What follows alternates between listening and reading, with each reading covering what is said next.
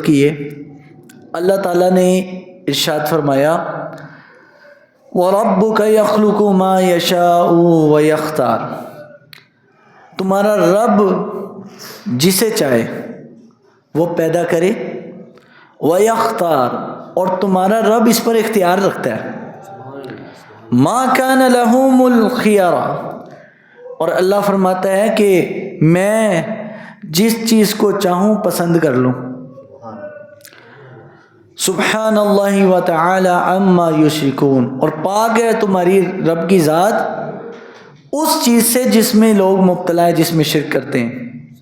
وَرَبُّكَ يَعْلَمُ مَا تُكِنُّ صُدُورُهُمْ وَمَا يُعْلِنُونَ، اور تمہارے رب کو ان چیزوں کا بھی پتہ ہے جو چیزیں تم سینے میں چھپاتے ہو یا جس چیز کا اعلان کرتے ہو۔ تو اس آیہ مبارکہ میں اللہ پاک نے ایک لفظ استعمال فرمایا وَيَخْتَارُ، جسے رب چاہے منتخب کر لے، انتخاب کر لے۔ اللہ رب العالمین نے جب کسی چیز کو چننا ہوتا ہے نا تو اس کے پیچھے رب کا علم ہوتا ہے۔ حضور شیخ عبد القادر جیلانی رحمۃ اللہ علیہ نے بڑی پیاری مثال دی ہے۔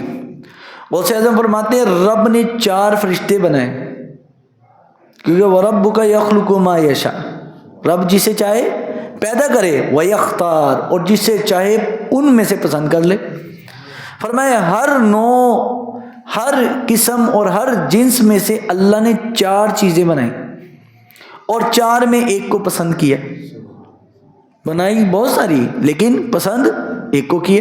مثال دی، فرمایا فرشتے 4 بنائے، بڑے جو فرشتے 4 ہیں، اسرافیل، عزرائیل، میکائیل اور جبرائیل، لیکن محبوب کی بارگاہ میں وحی بھیجنے کے لیے حضرت جبریل کو منتخب کیا۔ فرمایا اللہ رب العالمین نے 4 اولو العزم نبی کتابوں والے صاحب کتاب بنائے، حضرت داؤد، حضرت عیسیٰ، موسیٰ اور جناب رسول اللہ صلی اللہ علیہ وسلم۔ ان میں حضور علیہ الصلوۃ والسلام کو پسند فرمایا، کتابیں 4 نازل کی، ان میں قرآن کو پسند کیا، اور فرمایا خلیفہ رسول اللہ صلی اللہ علیہ وسلم کے 4 تھے لیکن پسند ان میں ابو بکر صدیق کو کیا۔ یعنی سارے پسند ہے لیکن زیادہ پسندیدگی کا اظہار سیدنا صدیق اکبر کے لیے، اس لیے ثانی اثنین اذ ہما فی الغار، اللہ نے اپنے نبی کے اس صحابی کو قرآن میں صحابی کہا ہے۔ اوروں کے لیے ہم صحابیت کی دلیل کے لیے جو ہے وہ حدیث رسول پیش کرتے ہیں، لیکن صحابی رسول صدیق اکبر کی صحابیت کے لیے قرآن دلیل ہے۔ اسی طرح اللہ نے 4 مساجد کو پسند کیا، 4 مسجدیں، مسجد اقصیٰ، مسجد الحرام، مسجد نبی اور مسجد طور سینا، ان میں اللہ نے مسجد حرام کو فضیلت دی۔ اسی طرح اللہ تبارک تعالیٰ نے دنوں میں 4 دنوں کو پسند کیا، یوم الفطر، یوم اضحیٰ بڑی عید کا دن، یوم عرفہ اور یوم عاشوراء، اور ان 4 دنوں میں اللہ نے یوم عرفہ کو فضیلت دی۔ اسی طرح راتیں بھی 4 پسند فرمائیں، اور 4 راتیں شب برات، شب قدر، شب جمعہ اور شب عید، اور ان میں میرے رب نے شب قدر کو فضیلت دی۔ اسی طرح دریا بھی 4 پسند، دریائے سیجون، دریائے جیحون، نیل اور فرات، اور اس میں دریائے نیل کو فضیلت دی۔ اسی طرح بلا تمثیل آ جائیں تو مہینے بھی رب نے 4 بنائے، 4 مہینے بنائے، رجب، شعبان، رمضان اور محرم، اور ان 4 مہینوں میں رب نے شعبان کو منتخب کیا ہے۔ کیوں؟ کیونکہ اور سارے مہینے اور نسبت رکھتے ہیں، لیکن شعبان کے مہینے کی نسبت ہمارے آقا و مولا صلی اللہ علیہ وسلم سے ہے، اور جس چیز کی نسبت ہمارے آقا سے ہو جائے رب کے نزدیک وہ چیز پسندیدہ اور چنیدہ اور پسندیدہ ہو جاتی ہے۔ تو آج ہم شعبان، لفظ شعبان کے اندر 5 حروف ہیں، کتنے جی؟ شین، عین، با، الف، نون، 5 حروف ہیں۔ تو غوث اعظم رحمۃ اللہ علیہ نے بڑی پیاری اس کی وضاحت فرمایا جو بندہ اس مہینے میں آداب حلال و حرام کا خیال کرتا ہے اور عبادت کا ذوق و شوق رکھتا ہے، اللہ ان 5 حروف کی نسبت سے 5 عظمتیں اس کو دیتا ہے۔ شعبان کی شین سے ہے شرف، اللہ تبارک تعالیٰ اس کو عزت دے گا، عزت اللہ تعالیٰ اس کے عزت میں اضافہ فرمائے گا۔ نمبر 2 عین سے علو مطلب اس کو عروج حاصل ہوگا، بلندی، اور با سے مراد بر، احسان اور نیکی، اللہ اس کو پوری زندگی مزید احسان اور نیکی کی مزید توفیق دے گا۔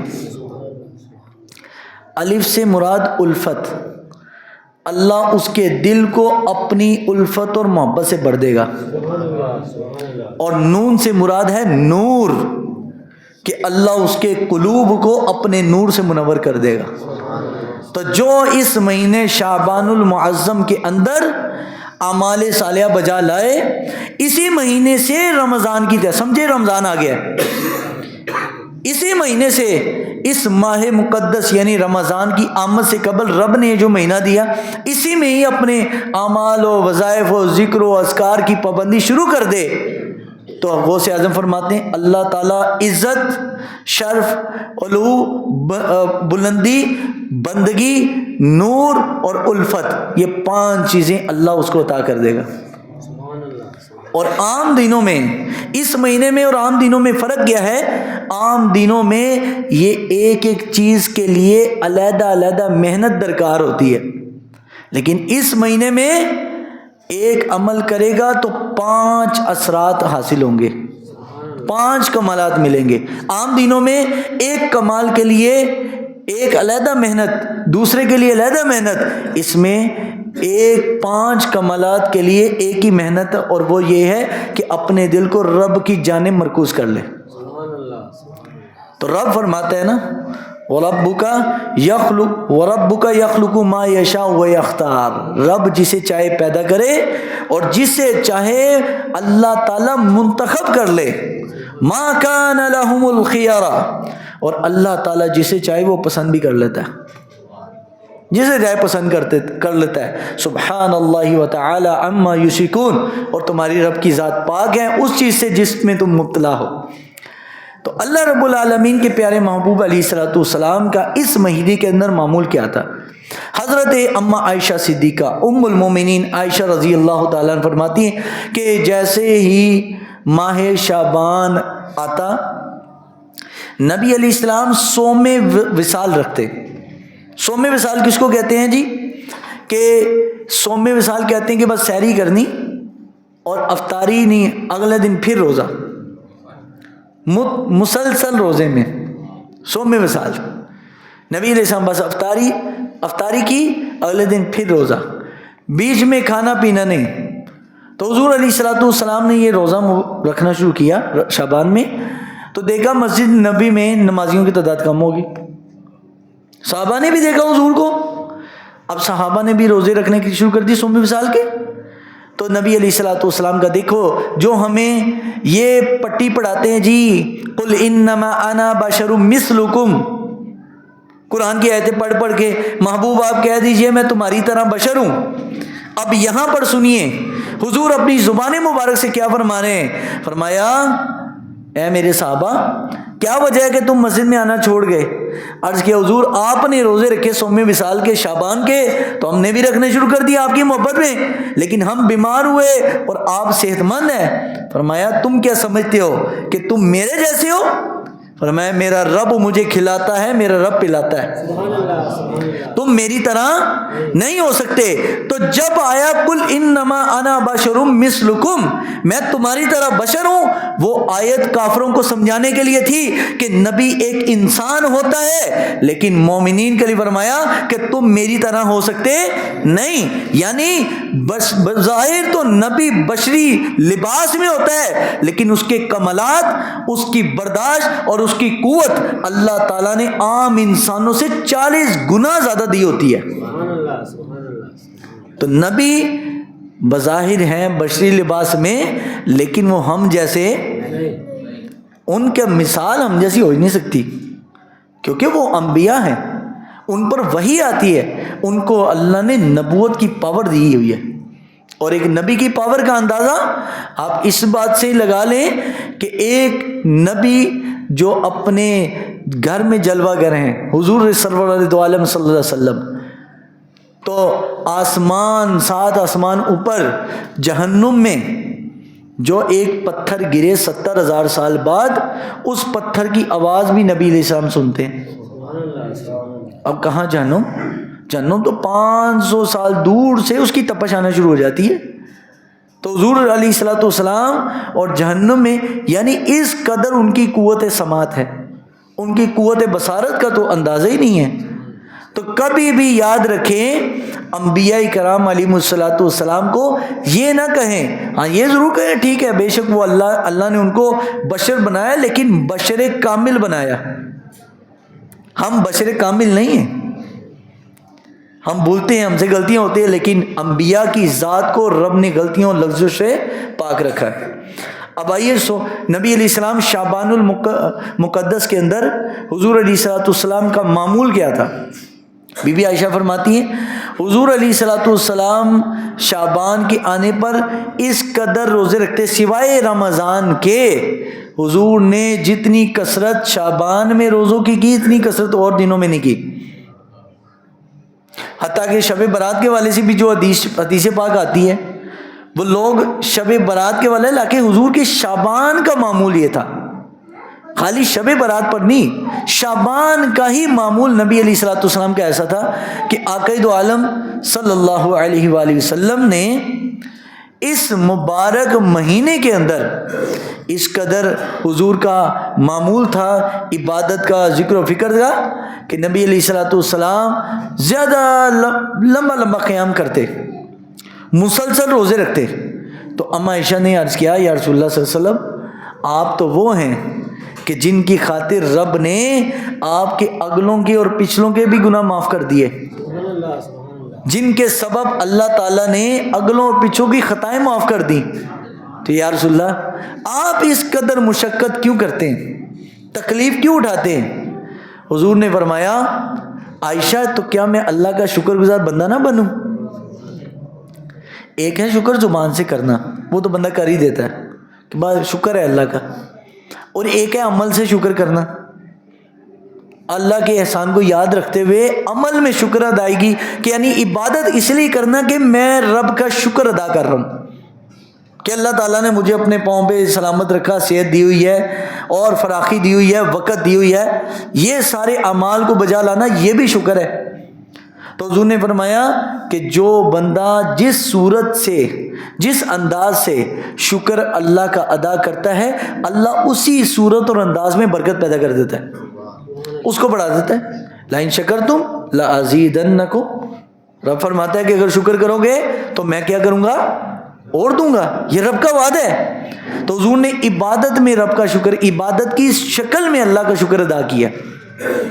تو بی بی عائشہ صدیقہ فرماتی رضی اللہ تعالیٰ عنہ کہ نبی علیہ الصلوۃ والسلام شعبان المقدس میں فرماتے عائشہ رجب اللہ کا مہینہ ہے، شعبان میرا مہینہ ہے، اور رمضان میری امت کا مہینہ ہے، یہ مہینے میں کثرت سے حضور پر درود و سلام پڑھو۔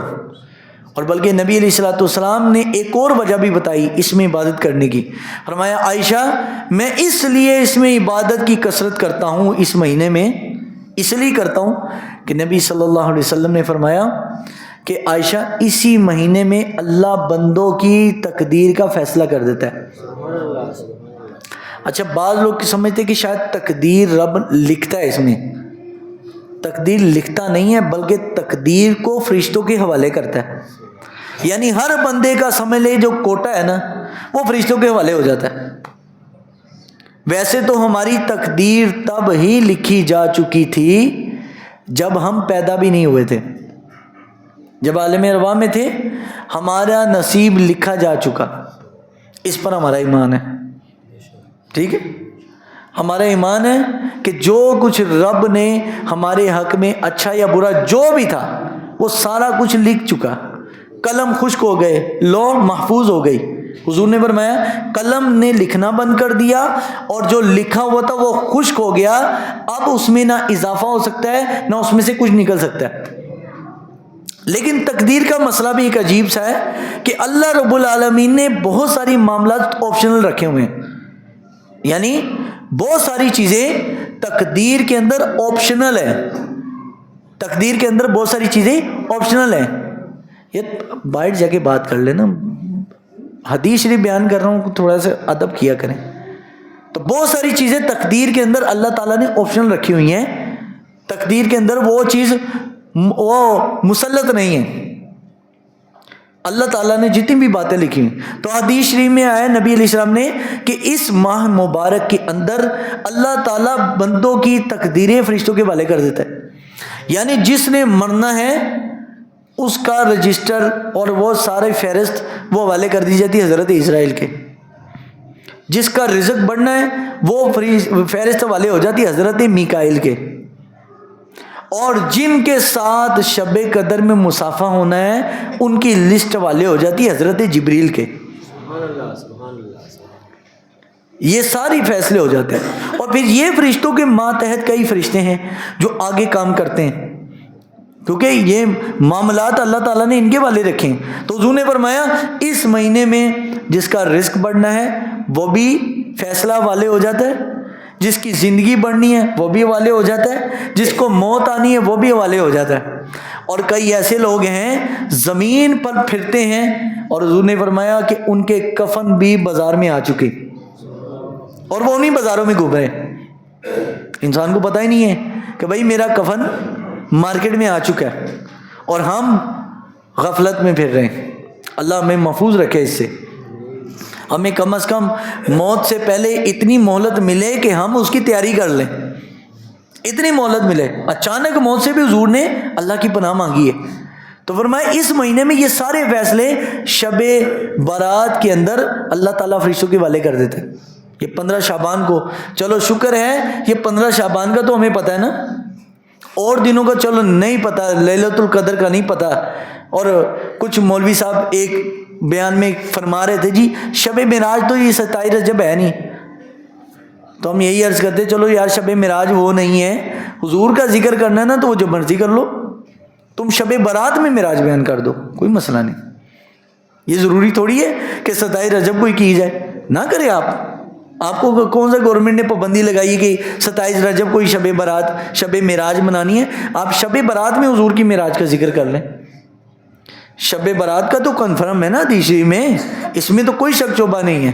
تو نبی صلی اللہ علیہ وسلم کے صحابی حضرت انس ابن مالک حضور علیہ السلام کی خاص تربیت میں رہنے والے، وہ کیا فرماتے، فرمایا حضور کے صحابہ کا معمول یہ تھا کہ نبی کریم رؤوف الرحیم صلی اللہ علیہ وسلم جب بھی شعبان المقدس کا مہینہ آتا، حضور کے صحابہ اور آگے تابعین جو حضرت انس ابن مالک کے شاگرد ہیں، فرمایا ان کا معمول یہ تھا کہ شعبان کا چاند نظر آتے ہی جس نے زکوٰۃ دینی ہوتی وہ زکوٰۃ دے کر فارغ ہو جاتا، جس نے کسی سے قرض دینا ہوتا قرض دے کر فارغ ہو جاتا، جس نے اپنی ضروریات رمضان کی تھی شعبان میں ہی پوری کر کے رمضان کی روٹین شعبان میں بنانا شروع کر دیتے. ہم میں سے لوگ دیکھیں نا، جیسے ہی رمضان آئے گا تو ہم لوگ کیا کریں گے بھائی، مسجدیں بھر گئی ہیں، 2-3 دن ذوق و شوق رہے گا، اس کے بعد ٹھنڈے. وہ کیوں؟ کیونکہ پہلے سے ٹریننگ ہی نہیں ہے.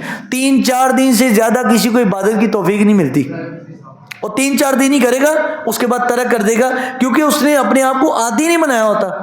2-4 دن کا جذبہ ہوتا ہے پھر ٹھنڈا ہو جاتا ہے. تراویح کا بھی، ذکر و فکر کا بھی، تلاوت قرآن کا بھی، مساجد کم ہونا شروع ہو جاتی ہیں، کیونکہ صحابہ شعبان کے اندر ہی رمضان والی روٹین کرتے.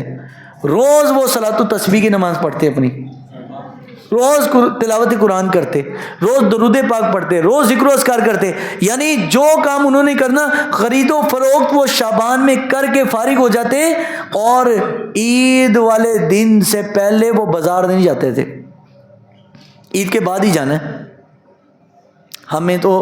ہم تو مطلب رمضان کے آنے سے قبل ہی ہم کوئی تیاری نہیں ہوتی، لیکن عید کی تیاری ہم لوگ سب سے زیادہ آگے بڑھ کے کر رہے ہوتے ہیں. روزوں میں گھروں کو رنگ ہو رہے ہیں، رمضان کے مہینے میں کھا پی رہے ہیں اور جناب گھر سفیدیاں ہو رہی ہیں، صفائیاں ہو رہی ہیں. کیا جی؟ عید آ رہی ہے. اور صحابہ کے نزدیک عید کی تیاری نہیں وہ کرتے تھے، وہ رمضان کی تیاری کرتے تھے. یہی تو فرق ہے ان میں اور ہم میں. اسی لیے حضور نے فرمایا کہ تم نے جس بھی صحابی کی پیروی کی تو تم فلاح پا گئے. کیوں؟ ان کا عمل ہی بندے کو فلاح اور ہدایت کی طرف لے کے جانے والا ہے. اور قرآن نے بھی کیا کہا؟ صراط الذین انعمت علیہم، یا اللہ ان لوگوں کے رستے پر چلانا جن پر تو نے انعام کیا. ان لوگوں کا کون سا رستہ ہے بھائی صراط مستقیم کا؟ تو قرآن نے 4 لوگ یاد کیے ہیں جن پر رب نے انعام کیا، جن پر رب نے انعام کیا. اور ایک مسئلہ بھی ذرا سمجھ لیں، جب قرآن یا حدیث رسول بیان ہو رہی ہو نا تو پھر ذکر اذکار نہیں کرنا چاہیے. ذکر اذکار، کیونکہ قرآن کا یہ حکم ہے ذکر فإن ذکر تنفع المؤمنین. اللہ فرماتا ہے کہ نصیحت کرو، نصیحت مسلمان کو فائدہ دے گی، مسلمان کو. اب وہاں پر وہ پڑھ رہا ہے، توجہ پڑھنے کی طرف ہوگی یا سننے کی طرف ہوگی؟ تو حضور علیہ السلام کی مسجد نبوی میں ہی 2 حلقے لگے ہوئے تھے. اب بعض لوگ نا یہ کہتے ہیں ٹھیک ہے مولوی لگ گیا تھے، لگ رہے ایسی ہے، کوئی تسبیح پڑھ رہا ہے تو کوئی اپنے نفل پڑھ رہا ہے. وہ اللہ کے بندو، ہم زیادہ عقل والے ہیں کہ حضور زیادہ عقل والے ہیں؟ بولے. سب سے زیادہ اللہ نے عقل اپنے نبیوں کو دی ہوتی ہے. اب نبی علیہ السلام کا عمل مبارک دیکھیں نا ذرا. ہمیں کوئی شوق نہیں دین سیکھنے کا، کوئی شوق نہیں، کوئی چکر نہیں ہے. بس لگے ہر بندے کی اپنی مرضی ہے. جس کا دل ہے تو وہ مولوی صاحب حدیث ممبر پر بیان کرو، اپنی گلاں سے لگے رہو. کوئی ہے تو کوئی موبائل فون پہ لگا رہا ہے، کوئی بچوں کو نہیں سمجھا رہا، کوئی بیٹھ جاؤ بھائی چپ کر کے، کوئی یہ ذکر کر رہا ہے. اور بھائی تو پھر یہاں پر ٹیپ ریکارڈر لگا لو تو بس اسپیکر پہ سن لیا کرو، بس جس کا دل کرے. ممبر پر بیٹھنے کا مقصد ہے کہ رسول اللہ صلی اللہ علیہ وسلم کا دین براہ راست سننا. تو میں نے بولا مسجد نبوی میں کتنے حلقے لگے ہوئے تھے جی؟ 2 حلقے تھے. ایک حلقہ تھا ذکر و اذکار کا. وہاں پر صحابہ اکٹھے بیٹھے اور بیٹھ کر تسبیح پڑھ رہے، کوئی تلاوت کر رہا ہے، کوئی اللہ اللہ کر رہا ہے بیٹھ کے اجتماعی صورت میں. اور دوسری طرف علم کی مجلس تھی جہاں ایک بات کر رہا تھا تو بقایا سن رہے تھے. نبی علیہ السلام نے ذکر کی مجلس کو ترک کیا اور حضور کہاں پر بیٹھے؟ علم کی مجلس میں. کہاں پر بیٹھے جی؟ اسی کہنا مولوی صاحب لگ رہے ایسے اپنے نفل پورے کر لی بھائی. اور بھائی اور نفل ضروری نہیں ہے، علم فرض ہے. علم کیا ہے جی؟ لیکن ہمیں ہماری سنی عوام کو یہ تو نہیں پتا، اسی نفلوں نو زور دیتے ہیں. او بھائی نفل اکیلے گھر جا کے پڑھو، نفل مسجد کے لیے نہیں ہوتے. آپ کو کیسے میں سمجھاؤں؟ نفل مسجد کے لیے حضور نے فرمایا گھروں کو قبرستان مت بناؤ، نفل کہاں پڑھو؟ ملک شام میں حضرت امیر معاویہ کے پاس مسجد دمشق کے اندر ایک صحابی مدینہ سے آئے. چونکہ زمانہ گزر چکا تھا، نبی علیہ الصلوۃ والسلام کا 50 سال ہو گئے، حضور دنیا سے چلے گئے. ایک بوڑھے صحابی مسجد دمشق میں آئے، نماز فرض پڑھی، اور جن کے گھر وہ مہمان تھے نا وہ اس کا ویٹ کر رہے کہ وہ آئے تو میں اس کے ساتھ جاؤں. فرض پڑھ لیے مسجد میں، تو مسجد میں دیکھا کہ بعد میں لوگ لگے ہوئے نفل پہ نفل پڑھ رہے ہیں. اب صحابی رسول، میں امام احمد بن حنبل کے والے سے بات کر رہا ہوں، انہوں نے یہ بات بیان کی. وہ فرماتے ہیں کہ صحابی رسول نے اس قدر شدت سے غصہ کیا کہ نبی پاک کے بعد تم لوگوں نے یہ کیا نیا کام شروع کر دیا.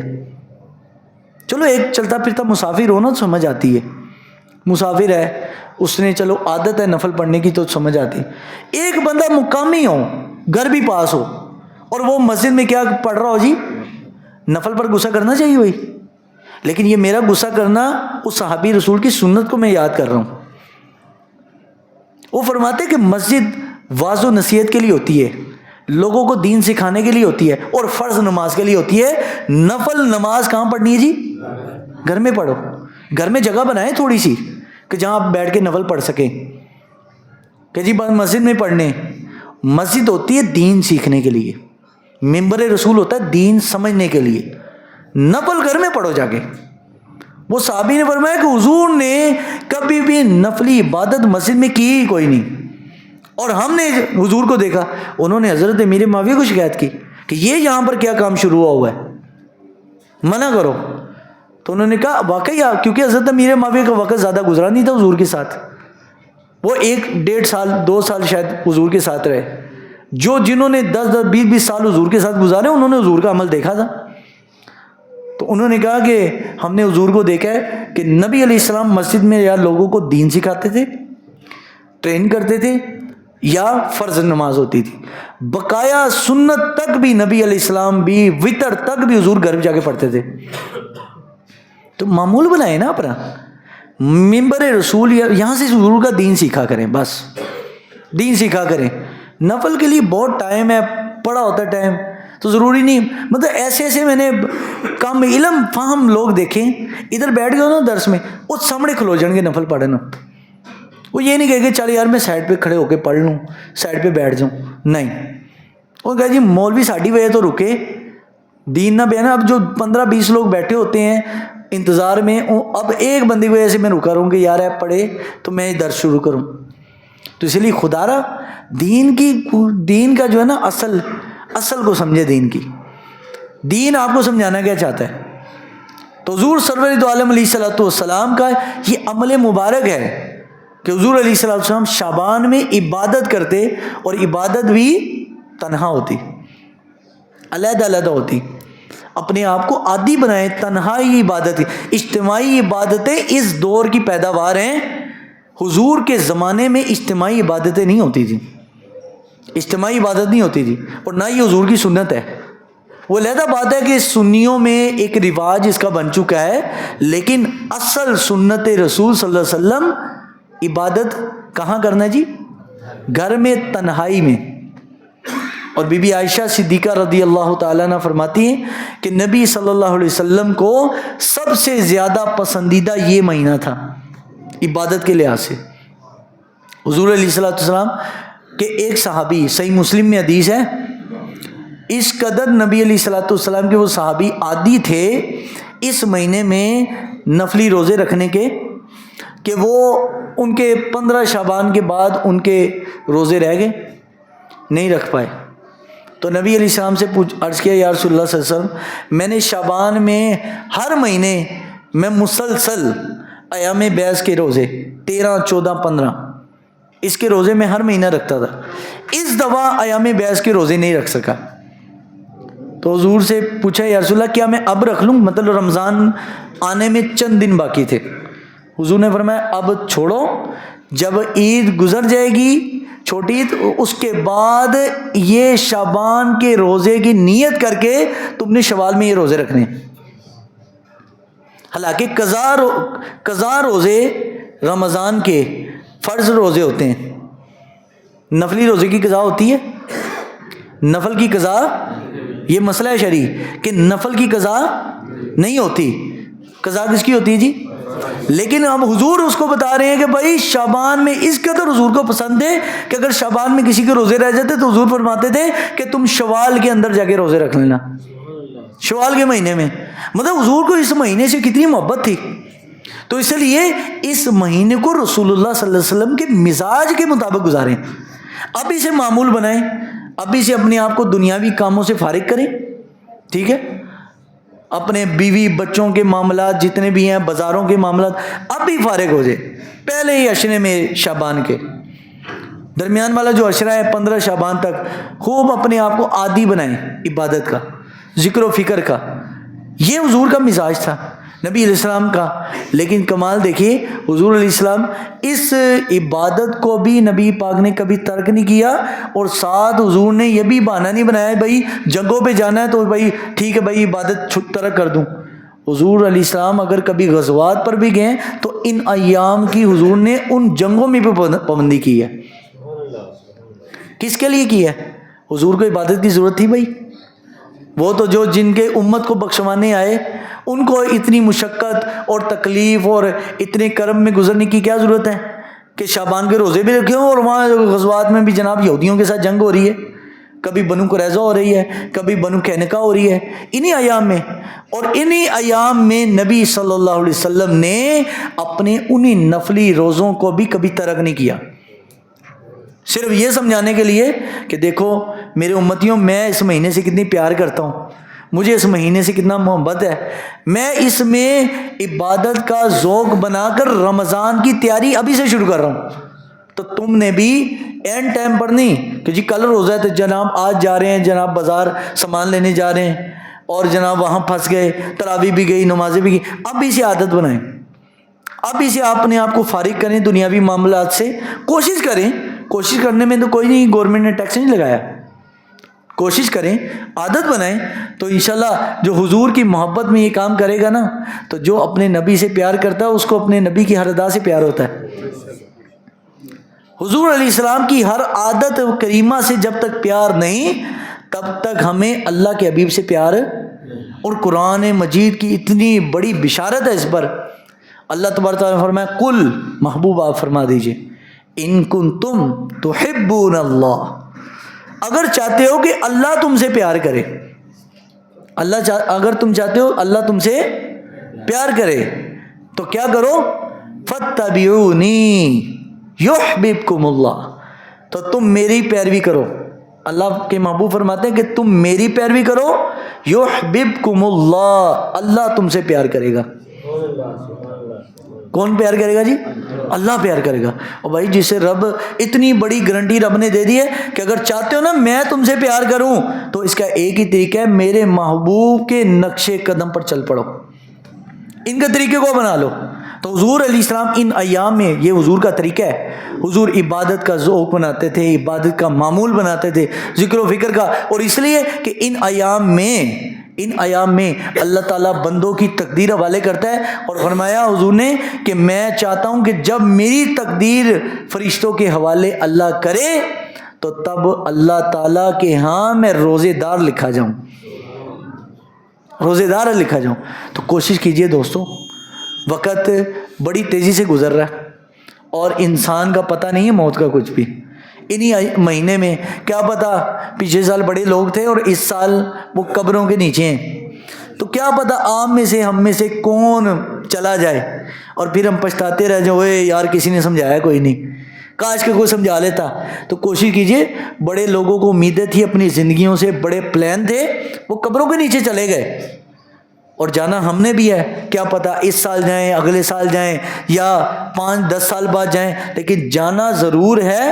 تو کوشش کریں ابھی سے اپنی موت کی یاد کو تازہ رکھیں اور عبادت کا ذوق بنائیں. اللہ ہمیں عمل کی توفیق عطا فرمائے.